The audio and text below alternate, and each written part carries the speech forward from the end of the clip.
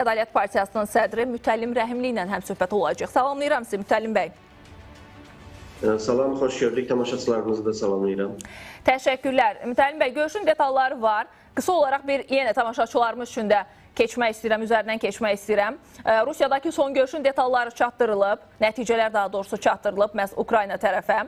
Müharibəyə son qoymaqla bağlı atıla biləcək addımlar müzakirə olunub, təhlükəsizlik tədbirləri barədə məsələlər üzərində dayanıblar. Ukraynanın yenidən qurma məsələsi ilə bağlı, sonradan yenidən qurulması üzərində də dayanıblar. Davamlı sülhü təmin etmək üçün çəkindirmə addımları da olub və ABŞ-la, yəni ABŞ ilə Ukrayna arasında iqtisadi əlaqələr də vurğulanıb. Amma bütün bunlar Rusiyanın hazır olmasından asılıdır deyə bir cümlədə işlədilib.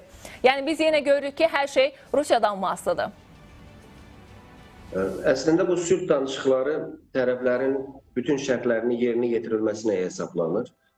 Bundan əvvəl Moskva görüşü keçirilmişdi və Moskva görüşündə Rusiya öz şərtlərini ifadə elədi və yenidən Birləşmiş Ştatlarla Ukrayna arasında Rusiyanın irəli sürdüyü şərtlərin müzakirəsi tələb olunurdu. Floridada bu danışıqlar artıq baş tutub. Çox güman ki, Rusiyanın şərtləri Ukraynaya bildirilib. Ukrayna tərəfindən isə öz fikirləri soruşulub. Və bu danışıqlar ərəfəsində biz Zelenskinin bir açıqlamasını müşahidə etdik. Zelenski açıq şəkildə bildirirdi ki, Ukrayna ləyaqətli sülhün tərəfdarıdır. Ləyaqətli sülh anlayışı altında Ukrayna təbii ki, bir sıra məsələləri özündə ehtiva edir. Bura Ukraynanın suverenliyinin və müstəqilliyinin qorunub saxlanılması daxildə heç bir ərazi mübadiləsi və ərazi güzəşti ola bilməz.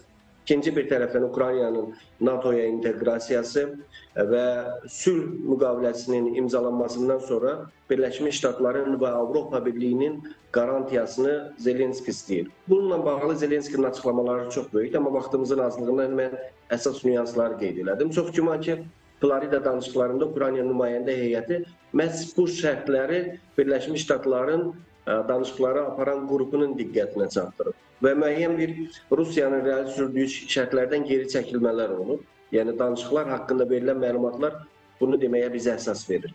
Və yeni bir tendensiya yaranıb. Bu tendensiya isə artıq Ukraynanın fikirlərinin Rusiya tərəfindən nəzərə alınmasıdır və açıqlama da məhz özündə bunu ehtiva edir. Artıq prinsipial olaraq Donald Trump'ın irəli sürdüyü 28 maddədən ibarət sülh sazişinin xeyli dəyişkənliyə məruz qaldığını deyə bilərik.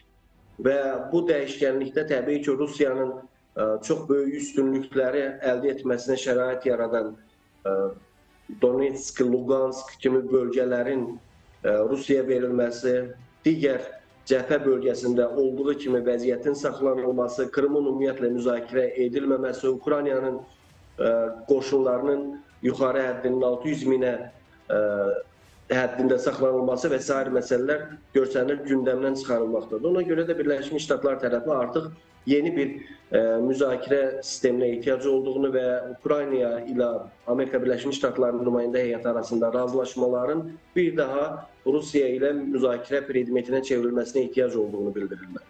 Yəni, düzdür, siz qeyd edirsiniz ki, müəyyən bu ərazilər artıq gündəmdən çıxarılıb, düzdür. Az öncə Sırskinin bir açıqlaması oldu ki, heç bir ərazi imtinasına getməyəcək, güzəştə getməyəcək deyilir. Amma eyni zamanda Axios'un da bir iddiasını mən səsləndirdim.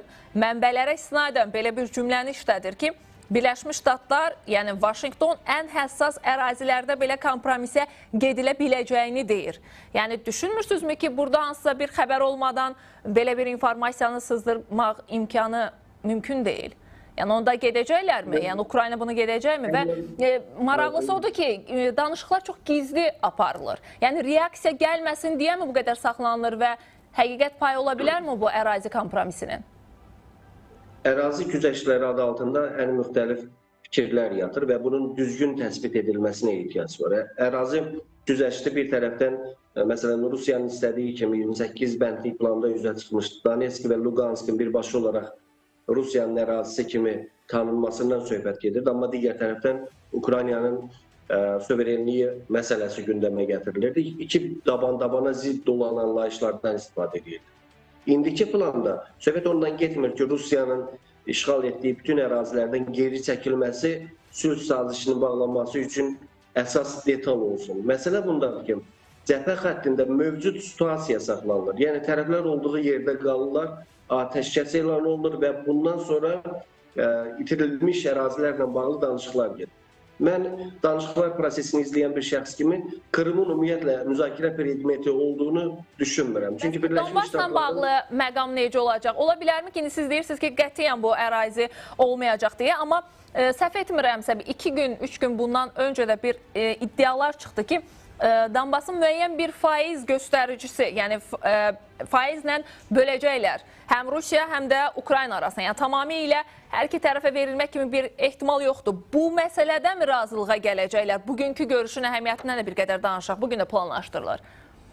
Bilirsiniz, artıq 3 ildən artıqdır ki, Rusiya Ukrayna ərazilərinə soxulub, amma Donbası bütövlükdə işğal edib başa çatdıra bilməyib. Qərb analitikləri hesablayırlar və bundan sonra əgər müharibə bu templə davam eləsə, Rusiya təxminən 1 il yarıma Donbasın bütün ərazisini işğal edə bilər. Yəni buna müvəffəq ola bilər. Yəni bu da minlərlə əsgər deməkdir, milyonlarla silah-sursat istifadəsi və resursların tükənməsi demək olar.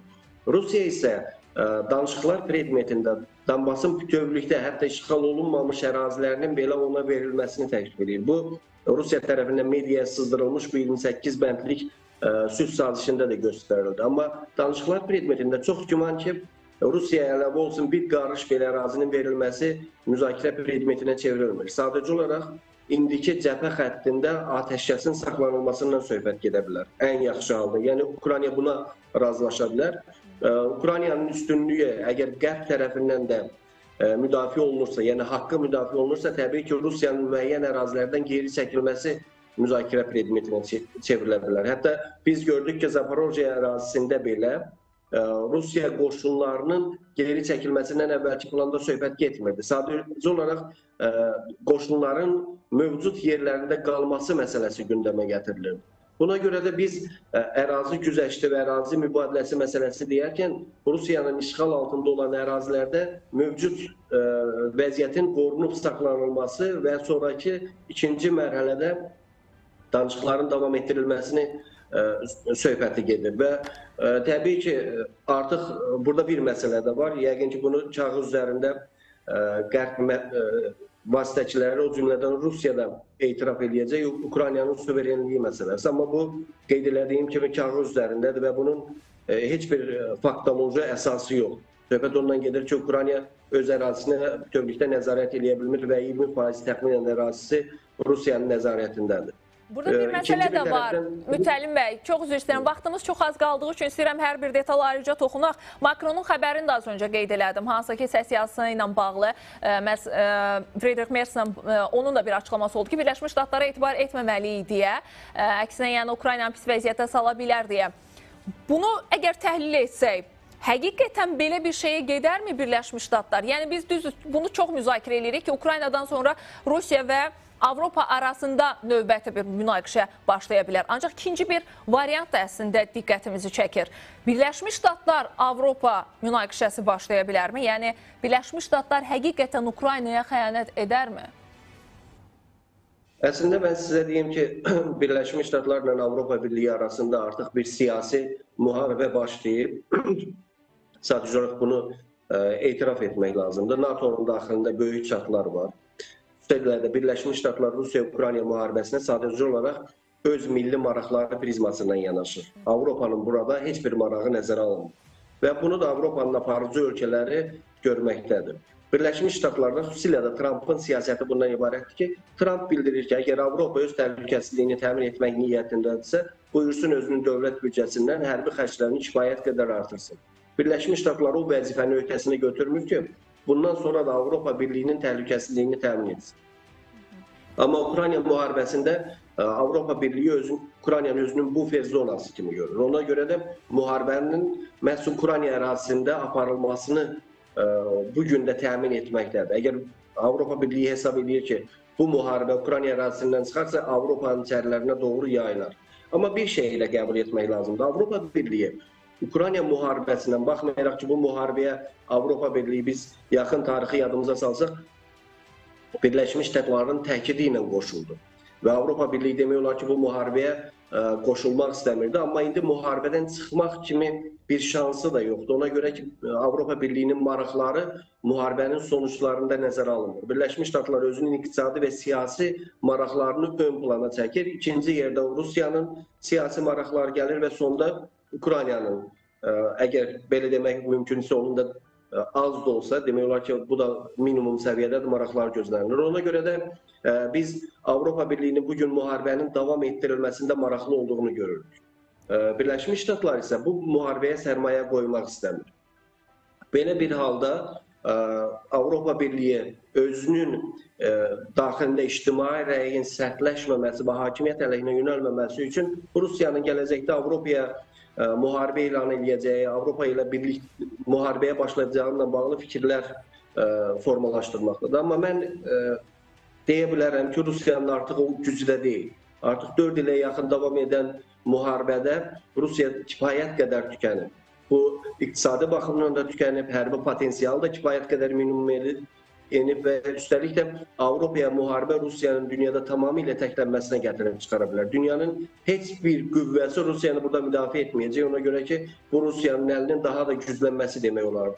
Ona görə də Rusiyanın o taqəti yoxdur ki, Avropaya müharibə elan eləsin. Amma biz bundan sonra NATO daxilində parçalanmaların daha çox müşahidə edəcəyimizi diqqətdə saxlamalıyıq və Birləşmiş Ştatlar özünün milli maraqlarını artıq Avropa Birliyinin maraqlarından tamamilə kənarda saxlamaqdadır.